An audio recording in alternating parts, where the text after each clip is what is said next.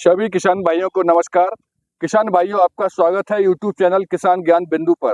किसान भाइयों, गेहूं की फसल में इस अवस्था पर किस प्रकार से हम सिंचाई प्रबंधन करें और जिससे कि हम अधिकतम लाभ प्राप्त कर सकें और कौन कौन सी बातें हमको ध्यान में रखनी चाहिए, इन सब बातों पर बात करने के लिए हमारे साथ हैं कृषि वैज्ञानिक डॉक्टर शिव कुमार सिंह।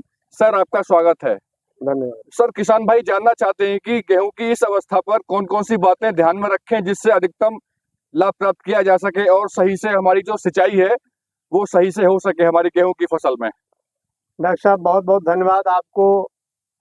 इस समय गेहूं की सिंचाई में क्या क्या सावधानी बरती जाए उस पर डिस्कशन करने के लिए, उस पर वार्तालाप करने के लिए। अमूमन किसानों के बीच में एक भ्रांति है कि हम अगर गेहूं की सिंचाई कर देंगे तो गेहूं मेरा उकट जाएगा। खासकर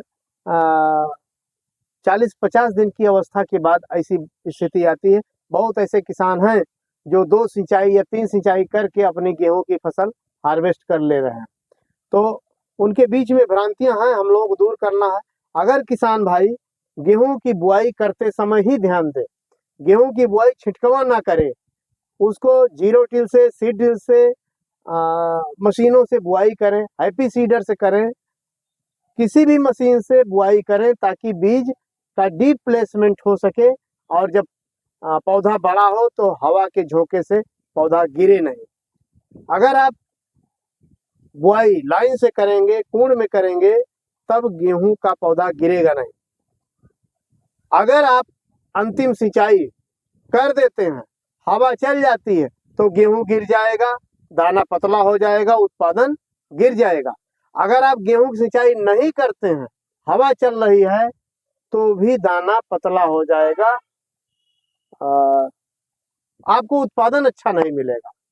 कहना यह है कि किसान को जब बुआई करे उसके 20 दिन के अंतर पर, हर 18 से 20 दिन के अंतर पर गेहूं की सिंचाई होती रहनी चाहिए।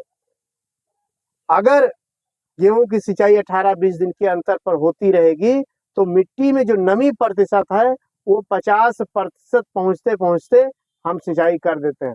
अक्सर किसान गेहूं की खेत की मिट्टी जब सूख जाती है, सूखने की इंतजार करता है, जब सूख जाती है तब सिंचाई करता है, और जब उस समय सिंचाई करता है तो फिर पौधा गेहूं का उकट जाता है। आपको 50% खेत में नमी बनी रहे, 50% खेत में नमी बनी रहे, तभी आप पुनः दोबारा फिर सिंचाई कर दें ताकि खेत की मिट्टी सूखने न पाए और फसल गिरने भी ना पाए।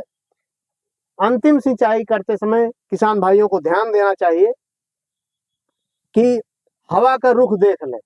हवा अगर तेज है तो सिंचाई देने से बचे, हवा शांत है उसी बीच हल्की से हल्की सिंचाई करना है। खेत को समतल होना चाहिए। अगर समतल खेत नहीं होगा तो जहाँ निचला एरिया होगा वहाँ पानी ज़्यादा लग जाएगा, जहाँ ऊंचा होगा वहाँ पानी चढ़ेगा नहीं, तो प्रॉब्लम आती है गेहूं की सिंचाई में।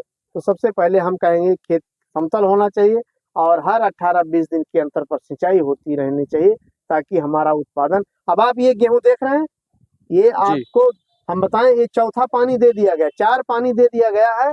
अभी हम इसकी एक सिंचाई और करेंगे, कम से कम एक सिंचाई हम करेंगे ताकि इसमें नमी के चलते, नमी की कमी के चलते हमारा उत्पादन नुकसान ना हो। इन्हीं सब बातों के साथ मैं अपनी बात समाप्त करता हूँ। जय। सर, आपका बहुत बहुत धन्यवाद। बहुत बहुत धन्यवाद। नमस्कार। किसान भाइयों, वीडियो अच्छी लगी तो लाइक करें और चैनल को सब्सक्राइब करें।